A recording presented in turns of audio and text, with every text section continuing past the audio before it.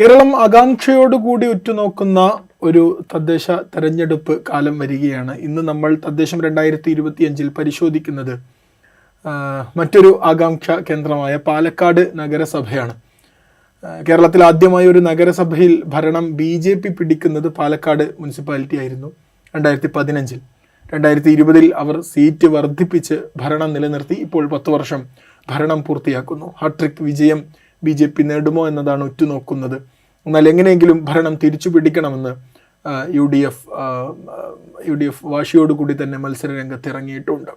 നോക്കാം പാലക്കാട് നഗരസഭയിലെ വിശേഷങ്ങൾ.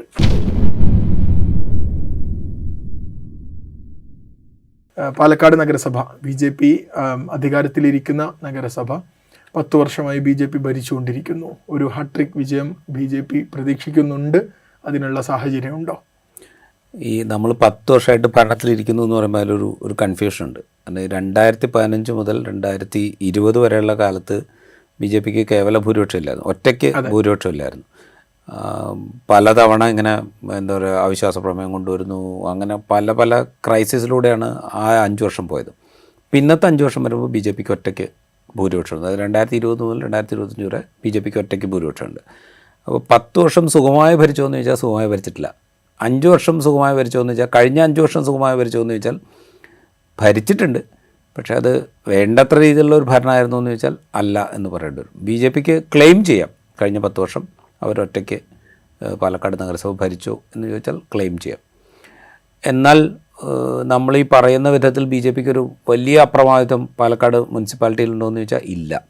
കാരണം ഒറ്റയ്ക്ക് ഭരിക്കുമ്പോൾ പോലും നമ്മൾ വോട്ട് പെർസെൻറ്റേജ് എടുക്കുകയാണെങ്കിൽ BJPക്ക് 36.34 മറ്റാണ് BJPക്ക് ഈ 28 സീറ്റിൽ അവർ ജയിക്കുമ്പോൾ കിട്ടുന്ന വോട്ട് പെർസെൻറ്റേജ്. അപ്പുറത്ത് നോക്കിയാൽ LDFും UDFും കൂടെ കൂട്ടിച്ചേർത്ത് കഴിഞ്ഞാൽ ഏതാണ്ട് 50%-ലധികം 56% ഭൂരിപക്ഷം മറ്റേ വോട്ട് പെർസെൻറ്റേജ് അവർക്കുണ്ട്. അപ്പോൾ ഇതാണ് അവിടുത്തെ ഒരു മാത്തമാറ്റിക്സ്. അപ്പോൾ LDFിൻ്റെയും UDFിൻ്റെയും വോട്ട് സ്പ്ലിറ്റ് ചെയ്ത് പോകുമ്പോൾ BJP ജയിക്കുന്നു. അത്രയേ ഉള്ളൂ അവിടുത്തെ മാത്തമാറ്റിക്സ് എന്ന് പറയുന്നത്. അതിനപ്പുറത്തേക്ക് BJP എങ്ങനെ എന്നാലും ജയിക്കും എന്നുള്ളൊരു പ്രതീക്ഷയൊന്നും പാലക്കാട് മുനിസിപ്പാലിറ്റിയിലില്ല. പക്ഷേ ഇത്തവണ ഹാട്രിക്ക് തികയ്ക്കുമോ എന്ന് ചോദിച്ചാൽ ഇതേ കണക്ക് തന്നെയാണ് നമ്മുടെ മുമ്പിലുള്ളത്. LDFും UDFും വലിയ മത്സരം കാഴ്ചവെക്കുകയും BJPക്ക് ജയിക്കാവുന്ന വാർഡുകളുടെ എണ്ണം കൂടുകയും ചെയ്യുന്നു. ഇതാണ് അവിടുത്തെ സംഗതി. അപ്പോൾ ആ പോസിബിലിറ്റി ഇത്തവണയും അവിടെയുണ്ട്.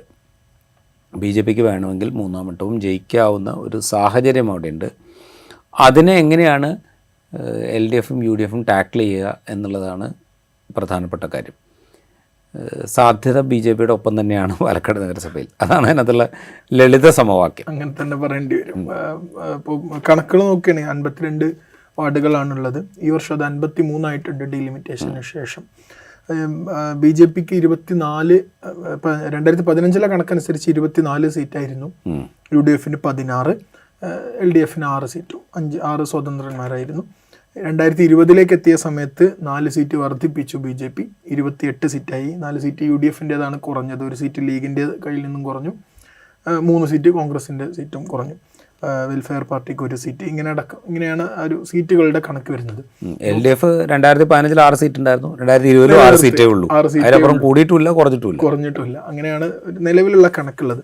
അപ്പോഴും BJPക്ക് കഴിഞ്ഞ തെരഞ്ഞെടുപ്പിൽ കുറഞ്ഞ മാർജിനിൽ അതിനും 2015 പരാജയപ്പെട്ട വാർഡുകളെ പ്രത്യേകം ശ്രദ്ധയിൽ കൊണ്ടുവന്ന് ആ വാർഡുകൾ കൂടി പിടിച്ചടക്കി അവർ ഒറ്റയ്ക്ക് ഭൂരിപക്ഷം നേടുന്ന ഒരു കാഴ്ചയാണ് 2020 കണ്ടത്. പക്ഷേ ഈ തവണ 2025 എത്തുന്ന സമയത്ത് BJPക്ക് അകത്തെ പ്രശ്നങ്ങളാണ് എങ്ങും വാർത്തകളിൽ നിറയുന്നത്, ചർച്ചകളിൽ നിറയുന്നത്. നേതാക്കൾ തമ്മിലുള്ള ഗ്രൂപ്പ് പോരടക്കം BJPയിൽ വലിയ ചർച്ചാ വിഷയമായിരിക്കുകയാണ്. ഇത് വോട്ട് ബാങ്കിനെ എങ്ങനെയെങ്കിലും സ്വാധീനിക്കുമോ? സ്വാധീനിക്കുമെന്ന് വെച്ചിട്ടുണ്ടെങ്കിൽ സ്വാധീനിക്കാൻ ഇടയുണ്ട്. കാരണം ഇപ്പോൾ ഈ 2020 28 വാർഡിൽ ജയിച്ചു. 2021 നിയമസഭാ തെരഞ്ഞെടുപ്പിൽ BJP വലിയ പെർഫോമൻസ് കാഴ്ചവെച്ചു. അന്ന് E ശ്രീധരനായിരുന്നു സ്ഥാനാർത്ഥി. ഷാഫി ആണ് UDFിൻ്റെ സ്ഥാനാർത്ഥിയായിട്ട് മത്സരിച്ചത്. ഷാഫിയും ശ്രീധരനും തമ്മിലായിരുന്നു പ്രധാനപ്പെട്ട മത്സരം. ഏറ്റവും ഒടുവിൽ ഷാഫി ജയിക്കുന്നത് ചെറിയ മാർജിനിലാണ് ഷാഫി ജയിക്കുന്നത്. അത് കഴിഞ്ഞ് ഒരു ഉപതെരഞ്ഞെടുപ്പ് വരുമ്പോൾ BJPയുടെ വോട്ട് ഷെയർ ഇങ്ങനെ കുത്തനെ താഴേക്ക് പോകുന്ന കാഴ്ച നമ്മൾ കാണുന്നുണ്ട്.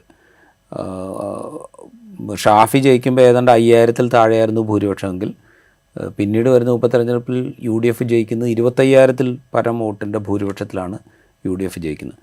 അപ്പോൾ ഈ നിയമസഭാ തെരഞ്ഞെടുപ്പാണ് ഞാൻ പറയുന്നത്, പാലക്കാട് നിയമസഭാ തെരഞ്ഞെടുപ്പ്. അതിൽ തന്നെ ഏറ്റവും വലിയ വോട്ട് ബാങ്ക് എന്ന് പറയുന്നത് പാലക്കാട് മുനിസിപ്പാലിറ്റി തന്നെയാണ്.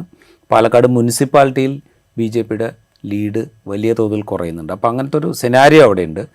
രണ്ടാമത്തെ സിനാരിയോ എന്ന് പറയുന്നത് പാലക്കാട് BJPയിലെ ഗ്രൂപ്പിസമാണ്. ഗ്രൂപ്പിസത്തിൻ്റെ പ്രധാനപ്പെട്ട കാരണം പാലക്കാട് കഴിഞ്ഞ തവണ ഈ നിയമസഭാ ഉപതെരഞ്ഞെടുപ്പ് വരുമ്പോൾ മത്സരിക്കുന്ന C. കൃഷ്ണകുമാർ തന്നെയാണ് അവിടുത്തെ ഗ്രൂപ്പിസത്തിൻ്റെ നേതൃത്വം കൊടുക്കുന്നത്. C. കൃഷ്ണകുമാർ അവിടെ BJPയുടെ മൊത്തം കാര്യങ്ങൾ നിയന്ത്രിക്കുകയും BJP എന്ന് പറഞ്ഞാൽ C. കൃഷ്ണകുമാറാണ് എന്നുള്ള മട്ടിലേക്ക് കാര്യങ്ങൾ കൊണ്ടുവരുന്നു എന്നുള്ള അലിഗേഷൻ അവിടെ നിലനിൽക്കുന്നുണ്ട്. ഇത് അലിഗേഷനാണ്. ബാക്കിയുള്ള ആളുകളൊക്കെ പുറന്തള്ളപ്പെടുന്നു എന്ന് പറയുന്നൊരു സിറ്റുവേഷനുണ്ട്. ഇപ്പം BJPയെ സംബന്ധിച്ച് BJPയുടെ ഒരു സീനിയർ ലീഡറായ N. ശിവരാജനെ പോലുള്ള ആളുകളൊക്കെ തഴയപ്പെടുന്നു എന്നുള്ളൊരു ഫീൽ അവിടെയുണ്ട്.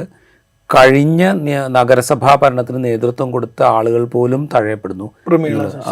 പ്രമീള ശശിധരനെ പോലുള്ള ആളുകൾ ഇത്തവണ തഴയപ്പെടുന്നു എന്ന് വേറെ ആരുമല്ല പറയുന്നത്, അവർ തന്നെ വന്ന് പറയാണ്. അപ്പോൾ ഇങ്ങനെ ഒരു സിനാരിയോ അവിടെയുണ്ട്. ഇത് വെച്ച് ഈ ഗ്രൂപ്പിസം വെച്ചുകൊണ്ട് BJPക്ക് മുമ്പോട്ട് പോകാൻ പറ്റുമോ? കഴിഞ്ഞ തവണത്തെ പോലൊരു വിജയം BJPക്ക് നേടാൻ പറ്റുമോ ഇത്തവണ? അതൊരു വലിയ ചോദ്യമാണ്. C. കൃഷ്ണകുമാർ നേതൃത്വം നൽകുന്ന വിഭാഗമാണ് കാര്യങ്ങൾ തീരുമാനിക്കുന്നത് എന്നുള്ളത് നിസ്തർക്കമായ സംഗതിയാണ്. അത് ലിസ്റ്റിലൊക്കെ അതെ, അവരാണ് തീരുമാനിക്കുന്നത്. അവർ തീരുമാനിക്കുന്നു എന്ന് പറയുമ്പോൾ അതിലൊരു വേറൊരു തരത്തിലുള്ള ഇക്വേഷനുണ്ട്. അതായത് ഈ പാലക്കാട് നഗരത്തിൻ്റെ ഒരു ജാതി സ്വഭാവം നമ്മൾ വെച്ച് കഴിഞ്ഞാൽ, ഹിന്ദു വിഭാഗത്തിലെ ജാതി സ്വഭാവം നമ്മൾ വെച്ച് കഴിഞ്ഞാൽ, മൂത്താൻ വിഭാഗത്തിൽപ്പെട്ട ആളുകളാണ് BJPക്ക് നേരത്തെ ഒരു എഡ്ജ് കൊടുത്തുകൊണ്ടിരുന്നത്. അവിടെ തന്നെ കലഹം ഉണ്ടായിരുന്നു. ആ കലഹത്തിൻ്റെ ഒരു ഭാഗമായിരുന്നു ഇപ്പോൾ നമ്മൾ പറഞ്ഞ ശിവരാജനൊക്കെ. ശിവരാജൻ മൂത്താൻ വിഭാഗത്തിനെതിരെ നിൽക്കുകയും, ഞാനിത് പറയുന്ന ഒരു 10, 20, 25 കൊല്ലം മുമ്പത്തെ കഥയാണ്. അന്ന് ഈ മൂത്താൻ വിഭാഗത്തിൽപ്പെട്ട BJPക്കാർ BJPയിൽ നിന്ന് പുറത്തിറങ്ങി അന്ന് SR ബാലസുബ്രഹ്മണ്യത്തിൻ്റെ നേതൃത്വത്തിൽ വേറൊരു വിഭാഗമായിട്ട് മത്സരിക്കുന്ന കാഴ്ചയൊക്കെ നമ്മൾ കണ്ടിരുന്നു. അപ്പോൾ ഈ മൂത്താൻ വിഭാഗം BJPയുടെ ഒരു കോർ വോട്ട് ബാങ്കായിരുന്നു അന്നും ഇന്നും. അപ്പോൾ ആ മൂത്താൻ വിഭാഗം പ്ലസ് കൃഷ്ണകുമാറിൻ്റെ നേതൃത്വത്തിലുള്ള നായർ വിഭാഗം, ഈ രണ്ട് ചേരി കൂടെ ചേർന്ന് കഴിഞ്ഞാൽ വളരെ കംഫർട്ടബിളായിട്ട് മുനിസിപ്പാലിറ്റി പിടിക്കാൻ പറ്റും എന്നുള്ള കണക്കുകൂട്ടലിലാണ് ഇപ്പോഴത്തെ ഓപ്പറേഷനൊക്കെ നടക്കുന്നത്. എന്നാൽ അതിന് പുറത്തും പാലക്കാട് മറ്റ് വിഭാഗങ്ങളുണ്ട് ഹിന്ദു വോട്ട് ബാങ്കിൽ. അതിനെ ഇവരെത്രത്തോളം കൺസിഡർ ചെയ്യുന്നുണ്ട്? ആ വിഭാഗത്തെ ഇവർ കൺസിഡർ ചെയ്യുന്നില്ല എങ്കിൽ ഈ കഴിഞ്ഞ തവണ വിജയിച്ച പല വാർഡുകളിലും ഒരുപക്ഷെ BJPക്ക് ചില തിരിച്ചടികൾ ഉണ്ടായേക്കാം. അങ്ങനത്തെ ഒരു പ്രശ്നം അവിടെയുണ്ട്. ഇപ്പോൾ നമ്മൾ ഈ തെക്കോട്ട്, കേരളത്തിൻ്റെ തെക്കോട്ട് ഈഴവ എന്ന് പറയുന്ന, കേരളത്തിൻ്റെ മലബാർ ഭാഗത്തേക്ക് തീയ എന്ന് പറയുന്ന, പാലക്കാട് ഭാഗത്തേക്ക് തണ്ടാൻ എന്ന് പറയുന്ന വിഭാഗത്തേക്ക് പരിഗണിക്കുന്നുണ്ടോ ഇല്ലയോ? ആ വിഭാഗത്തിന് കുറച്ച് സ്വാധീനം ചില വാർഡുകളിലെങ്കിലും ഉണ്ട്. ആ വാർഡുകളിലൊക്കെ ഇത് ഒരുപക്ഷെ തിരിച്ചടിച്ചേക്കാം. അപ്പോൾ ഇങ്ങനെ പല പല പല ഫാക്ടേഴ്സ് BJPക്ക് പ്രതിസന്ധിയായിട്ടുണ്ട്. ഏറ്റവും പ്രധാനം BJPയുടെ ഇന്നർ പൊളിറ്റിക്സാണ്. ആ ഇന്നർ പൊളിറ്റിക്സിൽ കൃഷ്ണകുമാർ വിഭാഗത്തിനൊരു വലിയ തിരിച്ചടി കൊടുക്കണം എന്ന് ചിന്തിക്കുന്ന ആളുകൾ വളരെ ശക്തമായി അവിടെ ഉണ്ട് എന്നുള്ളതിന് തെളിവാണ് കഴിഞ്ഞ നിയമസഭാ ഉപതെരഞ്ഞെടുപ്പിൻ്റെ ഫലം. അന്ന് കൃഷ്ണകുമാറാണ് മത്സരിച്ച് ഞങ്ങൾ ജയിക്കാൻ പോകുന്നു എന്നുള്ളൊരു പ്രചരണം ഉണ്ടാക്കിയിട്ടാണ് മത്സരിച്ചത്. പക്ഷേ വലിയ മാർജിനിൽ തോക്കുക ചെയ്തത്, ചെറിയ മാർജിനിലല്ല തോറ്റത്, വലിയ മാർജിനിൽ തോറ്റു. അതായത് ആ വിഭാഗത്തിനെതിരെ വലിയൊരു എതിർപ്പ് BJPയുടെ ഉള്ളിൽ തന്നെ ഉണ്ട് എന്നുള്ളത് വളരെ പ്രകടമായിരുന്നു. ഇപ്പോൾ വീണ്ടും തദ്ദേശഭരണ തെരഞ്ഞെടുപ്പ്, അതായത് ഉപതെരഞ്ഞെടുപ്പ് കഴിഞ്ഞ് തദ്ദേശഭരണ തെരഞ്ഞെടുപ്പിലേക്ക് വരുമ്പോൾ ഇതേ വിഭാഗം തന്നെ എല്ലാ കാര്യങ്ങളും തീരുമാനിക്കുന്ന ഒരു അവസ്ഥയാണ് അവിടെ നിലനിൽക്കുന്നത്. അപ്പോൾ അതിനോട് ഈ BJPയുടെ ഉള്ളിലുള്ള വിഭാഗം ശക്തമായിട്ട് പ്രതികരിക്കാൻ തീരുമാനിക്കുകയാണെങ്കിൽ BJPയുടെ കണക്കൂട്ടൽ പാളും. തർക്കം പരിഹരിക്കാൻ RSS ഒക്കെ ഇടപെട്ടിട്ടുണ്ട്. പക്ഷേ അങ്ങനെ എളുപ്പത്തിൽ പരിഹരിക്കാൻ പറ്റുന്ന ഒരു തർക്കമല്ല അവിടെ ഉള്ളത്. കാരണം വെച്ചാൽ കുറേ ഡീപ്പ് റൂട്ടഡ് ആയിട്ടുള്ള ഗ്രൂപ്പിസം ഉണ്ട്. ഞാൻ പറയുന്നത് വെച്ചാൽ 2000 മുതൽ ഡീപ്പ് റൂട്ടഡായിട്ടുള്ള ഗ്രൂപ്പിസം അവിടെയുണ്ട്. അന്ന് SR ബാലസുബ്രഹ്മണ്യവും ശിവരാജനുമായിരുന്നു അപ്പുറം ഇപ്പുറം ഒന്നും ഫൈറ്റ് ചെയ്തതെങ്കിൽ ഇപ്പോൾ കൃഷ്ണകുമാറും ശിവരാജനും വേറെ ഗ്രൂപ്പും ഒക്കെ കൂടെ ചേർന്നിട്ട്, അതായത് കൃഷ്ണകുമാറും മൂത്താൻ വിഭാഗം, ഇപ്പോൾ പ്രശാന്ത് ശിവൻ എന്ന് പറയുന്നത് മൂത്താൻ വിഭാഗത്തിൽ വരുന്ന നേതാവാണ്. അപ്പോൾ മൂത്താൻ വിഭാഗം ശിവനാണ് ചെയർപേഴ്സൺ സ്ഥാനാർത്ഥിയായിട്ട് അവർ ഉയർത്തിക്കാട്ടുന്നത്. അപ്പോൾ മൂത്താൻ വിഭാഗത്തിൽ നിന്ന് പ്രശാന്ത് ശിവനും കൃഷ്ണകുമാരും ചേർന്ന ഒരു പക്ഷവും, ഇപ്പുറത്ത് ശിവരാജനും പാലക്കാട് നിന്ന് പുറന്തള്ളപ്പെട്ട ശോഭാ സുരേന്ദ്രനൊക്കെ നേതൃത്വം നൽകുന്ന വിഭാഗവും, ഇങ്ങനെ പല തരത്തിലുള്ള ഇക്വേഷനാണ്. അപ്പോൾ ഇത് ഏത് തരത്തിലായിരിക്കും ബി ജെ പി ബാധിക്കുക എന്ന് നമുക്ക് പറയാൻ പറ്റില്ല. പിന്നെ വേറൊരു സംഗതികളെന്ന് വെച്ച് കഴിഞ്ഞാൽ അപ്പുറത്ത് എൽ ഡി എഫും യു ഡി എഫും സെപ്പറേറ്റായിട്ട് മത്സരിക്കുകയാണല്ലോ എന്തായാലും. അപ്പോൾ ഒരു ശക്തമായ ത്രികോണ മത്സരമാണ് നടക്കുക. അപ്പോൾ ആ ത്രികോണ മത്സരത്തിൻ്റെ എഡ്ജ്, കാരണം ബി ജെ പി വിരുദ്ധ വോട്ടുകൾ എന്തായാലും കുറേ എൽ ഡി എഫിലേക്ക് പോകും, കുറേ യു ഡി എഫിലേക്ക് പോകും. അപ്പോൾ ഈ ഗ്രൂപ്പിസം കൊണ്ടുണ്ടാവുന്ന തകരാറുകളെ ഈ വിരുദ്ധ വോട്ടുകൾ സ്പ്ലിറ്റ് ചെയ്ത് പോകുന്നവൻ കൊണ്ട് ബി ജെ പിക്ക് മാനേജ് ചെയ്യാൻ പറ്റുമോ? ഇതൊക്കെയാണ് അവിടുത്തെ ഫലത്തെ തീരുമാനിക്കുക. പക്ഷേ കൗതുകരമായിരിക്കും. ഒരു പക്ഷേ ഞാൻ വിചാരിക്കുന്നത് 2015 പോലെ ആർക്കും ഭൂരിപക്ഷമില്ലാത്ത വിധത്തിലേക്ക് പാലക്കാട് നഗരസഭ വീണ്ടും വന്നു കഴിഞ്ഞാൽ അത്ഭുതപ്പെടാനില്ല. അങ്ങനെയാണെങ്കിൽ നമ്മൾ പല കൗതുകരമായ കാഴ്ചകളും പോസ്റ്റ് ഇലക്ഷൻ കാണേണ്ടി വരും. കോൺഗ്രസിനെ സംബന്ധിച്ചിടത്തോളം തിരിച്ചുപിടിക്കൽ അനിവാര്യമായ ഒരു നഗരസഭ കൂടിയാണ് പാലക്കാട്. ഇപ്പോൾ MP വി ശ്രീകണ്ഠൻ്റെ നേതൃത്വത്തിലാണ് അവിടെ പ്രവർത്തനങ്ങൾ നടന്നുകൊണ്ടിരിക്കുന്നത്. എങ്ങനെയാണ് കോൺഗ്രസിൻ്റെ ഒരു സാധ്യത? പല ഘടകങ്ങളുണ്ട്. ഉപതെരഞ്ഞെടുപ്പിലെ ജയം ആത്മവിശ്വാസം കൊടുക്കുന്നുണ്ട്, പക്ഷേ രാഹുൽ മാങ്കൂട്ടത്തിലിൻ്റെ പ്രശ്നങ്ങൾ അവിടെ ഉണ്ടതാണ്. കോൺഗ്രസിനെ സംബന്ധിച്ച് ഏറ്റവും സാധ്യതയുള്ളത്, കോൺഗ്രസ് ഭരണം തിരിച്ചുപിടിക്കാൻ ഇപ്പോൾ LDF എന്തായാലും സാധിക്കില്ല എന്നുള്ളത് എവിഡൻ്റ് ആണ്. എന്തെങ്കിലും സാധ്യത ഉണ്ടെങ്കിൽ അത് കോൺഗ്രസിനാണ്. പക്ഷേ കോൺഗ്രസിനുള്ള ഏറ്റവും വലിയ ഡ്രോബാക്ക് എന്ന് പറയുന്നത് സത്യം പറഞ്ഞാൽ കഴിഞ്ഞ നിയമസഭാ തെരഞ്ഞെടുപ്പിന് ശേഷം ഈ രാഹുൽ മാങ്കൂട്ടത്തിനെതിരെ, അവിടുത്തെ MLA ആയി തീർന്ന രാഹുൽ മാങ്കൂട്ടത്തിനെതിരെ ഉയർന്ന ആരോപണങ്ങൾ, അതിനോട് കോൺഗ്രസ് നേതൃത്വം എടുത്ത സമീപനം, ആ സമീപനം പാലക്കാട്ടെ കോൺഗ്രസ് നേതൃത്വം അംഗീകരിക്കുന്നുണ്ടോ എന്നുള്ള പ്രശ്നം, ഇങ്ങനെ പല തരത്തിലുള്ള കോൺട്രവേഴ്സി കോൺഗ്രസിനെ അവിടെ ഭരിച്ചുകൊണ്ടിരിക്കുന്നുണ്ട്. പിന്നെ ലീഗും കോൺഗ്രസും തമ്മിലുള്ള ഒരു അണ്ടർസ്റ്റാൻഡിങ് മുൻകാലത്തുണ്ടായ മാതിരി ഇപ്പോഴും ഉണ്ടോ എന്നുള്ളൊരു പ്രശ്നമുണ്ട്. കാരണം വെച്ചാൽ നമ്മൾ ഈ പാലക്കാട് മുനിസിപ്പാലിറ്റി നമ്മൾ എടുത്തു കഴിഞ്ഞ് കഴിഞ്ഞാൽ അവിടെ ഈ മുസ്ലിം വിഭാഗത്തിൻ്റെ ഒരു പ്രാതിനിധ്യം എന്ന് പറയുന്നത് വളരെ പ്രധാനപ്പെട്ടതാണ്. ടോട്ടൽ പോപ്പുലേഷൻ എടുക്കുകയാണെങ്കിൽ ഏതാണ്ട് ഒരു 30% മുസ്ലിം പോപ്പുലേഷൻ പാലക്കാട് നഗരസഭയിലുണ്ട്. അപ്പോൾ അവരുടെ വോട്ട് എൻ ബ്ലോക്കായിട്ട് UDF കിട്ടണമെങ്കിൽ ഈ ഒരു കോൺഗ്രസും ലീഗും തമ്മിലുള്ള ഒരു സ്വരച്ചേർച്ച വളരെ ഭംഗിയായിട്ട് മുമ്പോട്ട് പോകേണ്ടതുണ്ട്. അത് മുമ്പോട്ട് പോകുന്നതിൽ ഒരു പ്രധാനപ്പെട്ട റോള് വഹിക്കുന്നത് ഈ പറയുന്ന നിയമസഭാ മണ്ഡലത്തിൻ്റെ പ്രതിനിധിയായിട്ടിരിക്കുന്ന ആളുകളൊക്കെയാണ്. അപ്പോൾ ഇങ്ങനെ പലതരത്തിലുള്ള പ്രശ്നങ്ങൾ അവിടെ UDF അഭിമുഖീകരിക്കുന്നുണ്ട്. കോൺഗ്രസ് അല്ല, UDF അഭിമുഖീകരിക്കുന്നുണ്ട്. അത് വൃത്തിയായിട്ട് ജെല്ല് ചെയ്യാൻ പറ്റുമോ? ഈ നിയമസഭാ ഉപതെരഞ്ഞെടുപ്പിലുണ്ടായ ഒരു വലിയ മാർജിൻ, അതിനെ അവിടെ തിരഞ്ഞെടുക്കപ്പെട്ട ജനപ്രതിനിധിക്കെതിരെ ഉയർന്ന ആക്ഷേപങ്ങൾ ദോഷകരമായി ബാധിച്ചിട്ടുണ്ടോ? അങ്ങനെ ദോഷകരമായി ബാധിച്ചിട്ടുണ്ടെങ്കിൽ അത് കോൺഗ്രസിനെ വലിയ തോതിൽ ഹിറ്റ് ചെയ്യും. ദോഷകരമായി ബാധിച്ചിട്ടില്ലെങ്കിൽ കോൺഗ്രസിന് ഒരു എഡ്ജായിട്ട് അവിടെ ഉണ്ടാകും. അപ്പോൾ പല ഫാക്ടേഴ്സാണ് കോൺഗ്രസിനെ സംബന്ധിച്ച് തലവേദനയായിട്ടുള്ളത്. അതോടൊപ്പം നമ്മൾ കാണേണ്ട ഒരു സംഗതി എന്ന് വെച്ചാൽ ഇപ്പോൾ കഴിഞ്ഞ 2020 BJP ഈ കോൺഗ്രസിൽ നിന്ന് 3 സീറ്റ് പിടിച്ചെടുത്തുകൊണ്ടാണ് അവിടെ ഭൂരിപക്ഷം നേടുന്നത്. ഈ 3 സീറ്റ് പിടിച്ചെടുക്കാനുള്ള പ്രധാനപ്പെട്ട കാരണം കോൺഗ്രസിലെ വിമതപ്പടയായിരുന്നു. പല മണ്ഡലങ്ങളിലും കോൺഗ്രസിന് വിമത പ്രശ്നം ഉണ്ടായിരുന്നു. അത് വേണ്ട രീതിയിൽ ഇപ്പോൾ മാനേജ് ചെയ്യാൻ കോൺഗ്രസിന്, നമ്മൾ പ്രത്യക്ഷത്തിൽ നോക്കുമ്പോൾ കോൺഗ്രസിന് അങ്ങനെ വലിയ വിമതരൊന്നും പ്രത്യക്ഷത്തിൽ രംഗത്തില്ല. പക്ഷേ അടിത്തട്ടിൽ കോൺഗ്രസിന് വിമതരുണ്ടാകാനുള്ള സാധ്യത വളരെ കൂടുതലാണ്. അപ്പോൾ അത് വേണ്ട വിധത്തിൽ കോൺഗ്രസ് ടാക്കിൾ ചെയ്യോ ഇല്ലയോ, ഈ മറ്റ് പ്രശ്നങ്ങളെക്കാൾ ഉപരി കോൺഗ്രസിനുള്ളിലുള്ള ഈ അതൃപ്തി കോൺഗ്രസ് മാനേജ് ചെയ്യുകയാണെങ്കിൽ BJP വേണമെങ്കിൽ കൗണ്ടർ ചെയ്യാനുള്ളൊരു സ്ട്രെങ്ത് ഇപ്പോഴും കോൺഗ്രസിന് പാലക്കാട് മുനിസിപ്പാലിറ്റിയിലുണ്ട്. ഇപ്പം റീസെൻ്റ്ലി വരുന്ന വാർത്തകൾ അനുസരിച്ച് കോൺഗ്രസിൻ്റെ പല സ്ഥാനാർത്ഥികളെയും BJP നേതൃത്വം ഇടപെട്ട് നാമനിർദ്ദേശ പത്രിക പിൻവലിക്കണം എന്നതടക്കം പണം വാഗ്ദാനം ചെയ്ത് സ്വാധീനിക്കാൻ ശ്രമിക്കുന്നു എന്ന ആരോപണങ്ങളൊക്കെ കോൺഗ്രസ് നേതൃത്വം ഉന്നയിക്കുന്നുണ്ട്. അപ്പോൾ എന്തെങ്കിലും ഒരു ഭയം BJP പാളയത്തിൽ കടന്നുകൂടിയിട്ടുണ്ട്. അതുകൊണ്ടായിരിക്കുമല്ലോ BJP അങ്ങനെ ശ്രമിക്കുന്നത്. അല്ലാതെ ഇപ്പോൾ BJP അങ്ങോട്ട് പോയിട്ട് നിങ്ങൾ പിൻവലിക്കണം, പൈസ തരാം എന്ന് പറയേണ്ട കാര്യമില്ലല്ലോ. നമ്മൾ BJPയുടെ ഒരു കോൺഫിഡൻസ് എന്ന് പറഞ്ഞാൽ ഒരു 10-12 വാർഡുകൾ അവർക്ക് ജയിക്കാം എന്നുള്ള ഉറപ്പ് BJPക്ക് പാലക്കാട് നഗരസഭയിലുണ്ട്. 12 വാർഡ് ജയിച്ചു കഴിഞ്ഞാൽ പിന്നെ ഒരു 16 വാർഡ് അല്ലെങ്കിൽ ഒരു 15 വാർഡ് പിടിച്ചു കഴിഞ്ഞാൽ അവർക്ക് ഒറ്റയ്ക്ക് ഭൂരിപക്ഷം കിട്ടും. അപ്പോൾ ഈ 12 വാർഡുകൾ വെച്ചിട്ടാണ് അവരുടെ ഒരു സ്ട്രെങ്ത്. ഈ 12 വാർഡുകളിൽ പോലും 200-300 വോട്ടിൻ്റെ ലീഡേ ബി ജെ പിക്കുള്ളൂ. അവർ ഉറപ്പിക്കുന്ന വാർഡുകളിൽ പോലും ബി ജെ പിക്കുള്ളത് 200-300 വോട്ടിൻ്റെ ലീഡാണ്. അവിടെ പോലും അവർക്ക് ഇപ്പോൾ വന്ന വാർത്ത അനുസരിച്ച് അവർ പൈസ കൊടുത്തിട്ട് സ്ഥാനാർത്ഥിയെ പിൻവലിപ്പിക്കാൻ ശ്രമിക്കുന്നതെന്ന് വെച്ചാൽ ബി ജെ പി ജയിച്ചുകൊണ്ടേയിരിക്കുന്ന വാർഡാണ്. 1200 വോട്ടിനും 1300 വോട്ടിനും ബി ജെ പി ജയിക്കുന്ന വാർഡിലാണ് അവർ പോയിട്ട് എതിർ സ്ഥാനാർത്ഥിയോട് നിങ്ങൾ പിന്മാറണം, പൈസ തരാം എന്ന് പറയുന്നത്. അപ്പോൾ അങ്ങനെ പറയുന്നുണ്ടെങ്കിൽ അവർക്ക് സ്വയം തന്നെ ഒരു ആത്മവിശ്വാസക്കുറവുണ്ട് എന്നാണ് അതിൻ്റെ അർത്ഥം. അപ്പോൾ നമ്മൾ പ്രതീക്ഷിക്കാത്ത വിധത്തിൽ ബി ജെ പി അവിടെ ക്രൈസിസിനെ നേരിടുന്നുണ്ട്. അത് ചിലപ്പോൾ ഈ ഇൻറ്റേർണൽ ഇക്വേഷൻസും ആഭ്യന്തര തർക്കങ്ങളും ഗ്രൂപ്പ് പോരും ഒക്കെ ആയിരിക്കാം. പക്ഷെ എന്തായാലും അവിടെ ഒരു ക്രൈസിസ് അവർ നേരിടും. ഇതിനെ എങ്ങനെയാണ് കോൺഗ്രസ് മുതലെടുക്കുക, UDF മുതലെടുക്കുക, LDF ഏത് വിധത്തിലായിരിക്കും അവരുടെ സ്ട്രാറ്റജി ഫോം ചെയ്യുക?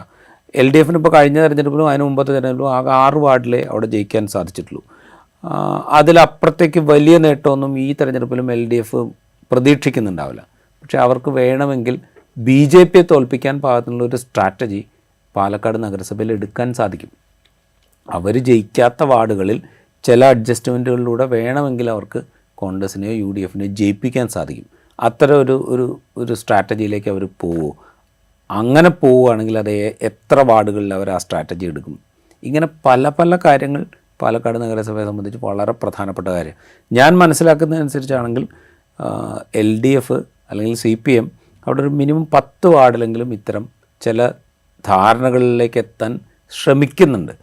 എന്നുവെച്ചാൽ വളരെ വീക്കായിട്ടുള്ള സ്ഥാനാർത്ഥികളെ മത്സരിപ്പിക്കുക, ബാക്കി വോട്ടുകൾ UDFിലേക്ക് കൊടുക്കുക അല്ലെങ്കിൽ കോൺഗ്രസ് സ്ഥാനാർത്ഥിക്ക് കൊടുക്കുക. അതെന്ന് വെച്ച് കഴിഞ്ഞാൽ ഏതെങ്കിലും വിധത്തിലൊരു ഡീലിൻ്റെ ഭാഗമല്ല, BJP അധികാരത്തിന് പുറത്തിരുത്തുക എന്നുള്ളൊരു കാഴ്ചപ്പാടിൻ്റെ അടിസ്ഥാനത്തിൽ അങ്ങനെ ശ്രമിക്കുന്നതായിട്ട് തോന്നുന്നുണ്ട്. അതിനോട് കോൺഗ്രസും പോസിറ്റീവായി റിയാക്ട് ചെയ്യുന്നു എന്നാണ് ഞാൻ മനസ്സിലാക്കുന്നത്. അങ്ങനെയൊക്കെ വരികയാണെങ്കിൽ നമ്മൾ വിചാരിക്കുന്നതായിരിക്കില്ല പാലക്കാട് നഗരസഭയിൽ. ഞാൻ അങ്ങനെ ഒരു സ്ട്രാറ്റജിയെ കുറിച്ചായിരുന്നു ചോദിക്കാനിരുന്നത്. അതായത് 2 അക്കം കടക്കാൻ ആഗ്രഹം ഉണ്ടാകും സ്വാഭാവികമായും LDFന്. പക്ഷേ ആ ഒരു സീറ്റ് നില തുടരുന്നത് ഈ ഒരു സ്ട്രാറ്റജിയുടെ ഭാഗമായിട്ട് തന്നെ ആവാൻ സാധ്യതയുണ്ട് അല്ലേ? ആവാൻ സാധ്യതയുണ്ട്. കാരണം വെച്ചാൽ LDFനെ സംബന്ധിച്ചിപ്പോൾ 6 സീറ്റ് കഴിഞ്ഞ 2015-ലും 2020-ലും അവർ ആകെ ജയിച്ചിരിക്കുന്ന 6 സീറ്റാണ്. അവർക്ക് കംഫർട്ടബിളായിട്ട് ജയിക്കാൻ പറ്റുന്ന സീറ്റുകളിൽ അവർ ജയം ഉറപ്പാക്കുന്നു. ബാക്കി സീറ്റുകളിൽ വേറൊരു സ്ട്രാറ്റജി എടുക്കുന്നു എന്ന് വേണമെങ്കിൽ നമുക്ക് പറയാം. ഇപ്പോൾ 2021 അവിടെ ഷാഫി ജയിക്കുമ്പോൾ ആ വോട്ടെണ്ണൽ എനിക്ക് വളരെ കൃത്യമായ ഓർമ്മയുണ്ട്. കാരണം വെച്ചാൽ ഷാഫി പാലക്കാട് നഗരസഭയിലല്ല ലീഡ് ചെയ്യുന്നത്. നഗരസഭ കഴിഞ്ഞ് വരുന്ന ആ അസംബ്ലി മണ്ഡലത്തിൻ്റെ ഭാഗമായിട്ടുള്ള മാത്തൂർ, കണ്ണാടി പോലെയുള്ള പഞ്ചായത്തുകളിലേക്ക് വരുമ്പോഴാണ് ഷാഫി ലീഡ് എടുക്കുന്നത്. അതിൽ തന്നെ മാത്തൂർ കോൺഗ്രസിന് എഡ്ജുള്ളതാണ്, കണ്ണാടി CPMന് എഡ്ജുള്ളതാണ്. കണ്ണാടിയിലേക്ക് വോട്ടെണ്ണൽ എത്തുമ്പോഴാണ് ഷാഫി സത്യത്തിൽ ജയിക്കുന്നത്.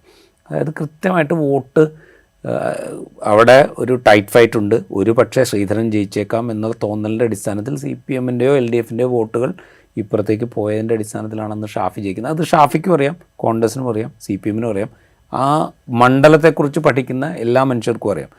ഏതാണ്ട് അതേ സ്ട്രാറ്റജി കഴിഞ്ഞ തദ്ദേശ ഭരണ തെരഞ്ഞെടുപ്പിലും CPM എടുത്തിട്ടുണ്ടെന്ന് വേണമെങ്കിൽ നമുക്ക് പറയാൻ പറ്റും. കാരണം വെച്ചാൽ 6 സീറ്റ് 2015 ജയിച്ചിട്ടുണ്ട്, 2020 ജയിച്ചിട്ടുണ്ട്. കാരണം വെച്ചാൽ അവർക്ക് ഷുവറായിട്ടുള്ള സീറ്റുകളിൽ അവർ ജയിക്കുന്നു. ബാക്കി സീറ്റുകളിൽ അത്രത്തോളം എന്താ പറയുക വലിയ മത്സരത്തിലേക്ക് അവർ പോകുന്നില്ല എന്ന് വേണമെങ്കിൽ നമുക്ക് പറയാം. ഇത്തവണയും ഒരു പക്ഷേ അതേ സ്ട്രാറ്റജി CPM എടുത്തേക്കാം. അത് ഗ്രൗണ്ടിൽ പ്രാദേശിക തലത്തിൽ കോൺഗ്രസ് CPM അല്ലെങ്കിൽ UDF LDF നേതൃത്വങ്ങൾ തമ്മിൽ ഏത് വിധത്തിലായിരിക്കും ഒരു ധാരണയിൽ ഉണ്ടാക്കുക? അതൊരു പൊളിറ്റിക്കൽ ധാരണ എന്നല്ല പറയുന്നത്, അതൊരു എന്താ പറയുക പ്രാദേശിക തലത്തിലുണ്ടാക്കുന്ന ഒരു ധാരണയാണ്. BJP അധികാരത്തിൽ നിന്ന് പുറത്ത് നിർത്താൻ പാകത്തിൽ എന്തെങ്കിലും തരത്തിലുള്ളൊരു ധാരണയ്ക്കോ എന്തെങ്കിലും തരത്തിലുള്ളൊരു അറേഞ്ച്മെൻറ്റിനോ സാധ്യതയുണ്ടോ എന്നുള്ളൊരു പരിശോധനയാണ് നടക്കുന്നത്. ആ പരിശോധനയ്ക്ക് ഇത്തവണയും സാധ്യതയുണ്ടെന്നാണ് ഞാൻ വിചാരിക്കുന്നത്. അതിന് പാകത്തിലാണ് LDF സ്ഥാനാർത്ഥി പട്ടിക തയ്യാറാക്കിയിരിക്കുന്നതെന്നാണ് എനിക്ക് തോന്നുന്നത്. ഇപ്പോൾ 10 വർഷത്തെ BJPയുടെ ഭരണം സ്വാഭാവികമായും ഒരു ആ നാടിൻ്റെ വികസനം ചർച്ച ചെയ്യണം. 10 വർഷത്തെ ഭരണം എങ്ങനെ പാലക്കാട് നഗരസഭയെ മാറ്റി എന്നുള്ളത് ചർച്ച ചെയ്യണം. അങ്ങനെ വെച്ച് നോക്കുന്ന സമയത്ത് എന്താണ് BJPയുടെ ഒരു പെർഫോമൻസ്? ഇപ്പോൾ കോൺഗ്രസ് പലപ്പോഴും BJP കാവ്യവൽക്കരിക്കാൻ വേണ്ടിയുള്ള ശ്രമങ്ങളെ നടത്തിയിട്ടുള്ളൂ. ഒരു ബിൽഡിങ്ങിന് ഹെഡ് ഗവാറിൻ്റെ പേരിട്ടതടക്കമുള്ള ചില കാര്യങ്ങൾ പ്രതിഷേധത്തിന് നടന്ന സംഭവങ്ങളൊക്കെ പാലക്കാട് നടന്നിട്ടുണ്ട്. ആ ഒരു ആസ്പെക്റ്റിൽ വെച്ച് നോക്കുമ്പോൾ BJPയുടെ പെർഫോമൻസിനെ വിലയിരുത്തിയാൽ അല്ല, ഭരണം എന്നുള്ള നിലയിൽ ഇപ്പോൾ നമ്മൾ മറ്റ് മുനിസിപ്പാലിറ്റിയായിട്ട് അല്ലെങ്കിൽ തദ്ദേശഭരണ സ്ഥാപനങ്ങളായിട്ട് കമ്പയർ ചെയ്യുമ്പോൾ അതിന് പാകത്തിനുള്ള വലിയ ഭരണ മികവൊന്നും അവിടെ പ്രകടിപ്പിച്ചതായിട്ട് നമ്മൾ പ്രാക്ടിക്കലി കാണുന്നില്ല. നമ്മളിപ്പോൾ ഒരു 10 വർഷം മുമ്പോ അല്ലെങ്കിൽ 15 വർഷം മുമ്പോ പാലക്കാട് നഗരത്തിലൂടെ സഞ്ചരിച്ച ഒരു മനുഷ്യൻ ഈ 15 വർഷമോ 20 വർഷമോ കഴിഞ്ഞിട്ട് ഇപ്പോൾ പോയാലും ഏതാണ്ട് വലിയ മാറ്റമൊന്നും വരാത്ത വിധത്തിൽ മാത്രമേ നമുക്ക് പാലക്കാട് നഗരം കാണാൻ പറ്റുള്ളൂ. അപ്പോൾ അതിൽ കോൺഗ്രസും LDFും ചൂണ്ടിക്കാണിക്കുന്ന വളരെ പ്രധാനപ്പെട്ടൊരു സംഗതി, അവിടുത്തെ ഒരു ടൗൺ ഹാൾ പൊളിച്ചിട്ടിട്ട് കുറേ കാലമായി ഇതുവരെ അത് പണിത് പൂർത്തിയാക്കിയിട്ട് തുറന്നു കൊടുക്കാൻ നഗരസഭയ്ക്ക് സാധിച്ചിട്ടില്ല. അപ്പോൾ നമ്മൾ മറ്റ് തദ്ദേശഭരണ സ്ഥാപനങ്ങൾ എടുത്തു നോക്കുക, അവരൊക്കെ നടത്തിയ നിർമ്മാണ പ്രവർത്തനങ്ങളോ അവർ നടത്തിയ വികസന പ്രവർത്തനങ്ങളുമായിട്ട് കമ്പയർ ചെയ്യുമ്പോൾ അതിന് മാത്രം വലിയ പണിയൊന്നും പാലക്കാട് നഗരസഭയിൽ നടന്നതായിട്ട് നമ്മൾ കാണുന്നില്ല. അത് മാത്രമല്ല, BJP ഭരിക്കുന്ന ഒരു നഗരസഭ എന്നുള്ള നിലയിൽ അവർക്ക് കുറേ കൂടെ അഡ്വാൻറ്റേജസ് ഉണ്ടായിരുന്നു, പല നിലയ്ക്കുള്ള അഡ്വാൻറ്റേജസ് ഉണ്ട്. ആ അഡ്വാൻറ്റേജിനെ ഒന്നും അവർ ഉപയോഗപ്പെടുത്തിയതായിട്ട് നമ്മൾ കാണുന്നില്ല. ഒരു തരത്തിലുള്ള കേന്ദ്ര ഫണ്ടുകളുടെ ഉപയോഗം വേണമെങ്കിൽ അവർക്ക് പലതരത്തിൽ നടക്കും. ഇപ്പോൾ അമൃത് പദ്ധതി പല നഗരസഭകളിലുണ്ട്, പാലക്കാട് നഗരസഭയിലുണ്ട്. കേന്ദ്രം ഭരിക്കുന്നത് BJP ആണ്, പാലക്കാട് ഭരിക്കുന്നത് BJP ആണ്. ആകെ ഒരു നഗരസഭയാണ് ഞങ്ങൾ, ഇപ്പോൾ പന്തളമുണ്ട് ഡെഫിനറ്റ്ലി, നമ്മൾ കഴിഞ്ഞ തദ്ദേശ ഭരണ തെരഞ്ഞെടുപ്പ് കഴിഞ്ഞ് കഴിഞ്ഞാൽ, എങ്കിൽ പോലും ഞങ്ങൾ 10 വർഷമായിട്ട് ഭരിച്ചുകൊണ്ടിരിക്കുകയാണ് എന്ന് വേണമെങ്കിൽ അവർക്ക് ഉപയോഗിക്കാൻ പറ്റുന്ന ഒരു നഗരസഭയായിരുന്നു പാലക്കാട്. ഇനിയും സാധ്യതയുണ്ട് എന്നുള്ള മട്ടിൽ വേണമെങ്കിൽ ഒരു എന്താ പറയുക, ഒരു വികസന അജണ്ടയൊക്കെ വെച്ചുകൊണ്ട്, പക്ഷേ ആ തരത്തിൽ എന്തെങ്കിലും നടന്നതായിട്ട് നമ്മൾ കാണുന്നില്ല. ഇപ്പോൾ എന്താ പറയുക, കോയമ്പത്തൂർ ടൗൺ വളരെ അടുത്താണ്, ആ നിലയ്ക്കുള്ള ഒരു വികസന സാധ്യത പാലക്കാടിന് വേണമെങ്കിലുണ്ട്. പക്ഷേ അതൊന്നും ഉപയോഗിച്ചതായിട്ട് നമ്മൾ കാണുന്നില്ല.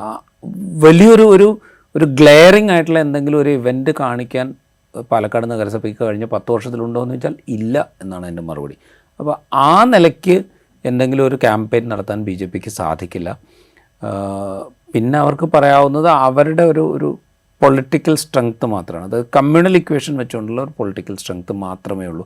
അത് വെച്ചുകൊണ്ട് എത്രത്തോളം അവർ മുമ്പോട്ട് പോകും, അത് മുമ്പോട്ട് പോകുമ്പോൾ പോലും കഴിഞ്ഞ നിയമസഭാ തെരഞ്ഞെടുപ്പിൽ നിയമസഭാ തെരഞ്ഞെടുപ്പിൽ അവർക്ക് ഉണ്ടായ വലിയ തിരിച്ചടി അവിടെയുണ്ട്. ആ തിരിച്ചടിക്ക് കാരണമായ ഗ്രൂപ്പിസം ഇപ്പോഴും അവിടെ നിൽക്കുന്നുണ്ട്. റൈറ്റ്. പാലക്കാട് നഗരസഭയിൽ ഹാട്രിക് വിജയം പ്രതീക്ഷിച്ചുകൊണ്ട് BJP പോരാട്ടത്തിനിറങ്ങുകയാണ്. പക്ഷേ BJPക്കകത്തെ പടലപ്പിണക്കങ്ങൾ, മുതിർന്ന നേതാക്കന്മാർ തമ്മിലുള്ള ഫൈറ്റ്, അത് ആ പാർട്ടിയുടെ പ്രകടനത്തെ എത്രത്തോളം ബാധിക്കുമെന്നത് തെരഞ്ഞെടുപ്പ് ഫലം വരുമ്പോഴേ നമുക്കറിയാൻ സാധിക്കൂ. മറുവശത്ത് കോൺഗ്രസ് എങ്ങനെയെങ്കിലും നഗരസഭ തിരിച്ചു പിടിക്കണമെന്ന വാശിയിലാണ് പ്രവർത്തനങ്ങൾ നടത്തിക്കൊണ്ടിരിക്കുന്നത്. കഴിഞ്ഞ ഉപതെരഞ്ഞെടുപ്പിലുണ്ടായ വലിയ വിജയം അത് കോൺഗ്രസിന് ആത്മവിശ്വാസം നൽകുന്നുണ്ട്. പക്ഷേ അതിനുശേഷം ഉണ്ടായ രാഹുൽ മങ്കൂട്ടത്തിലിൻ്റെ പ്രശ്നങ്ങൾ അടക്കമുള്ള കാര്യങ്ങൾ അത് എത്രത്തോളം സ്വാധീനിക്കും എന്നതും കണ്ടറിയണം. ഏതായാലും വളരെ ആകാംക്ഷയോടു കൂടിയാണ് പാലക്കാട് നഗരസഭയെ കേരളം നോക്കിക്കാണുന്നത്. തദ്ദേശം 2025 എപ്പിസോഡ് ഇവിടെ പൂർണ്ണമാവുകയാണ്. മറ്റൊരു സ്ഥലത്തെ വിശേഷങ്ങളുമായി അടുത്ത എപ്പിസോഡിൽ കാണാം.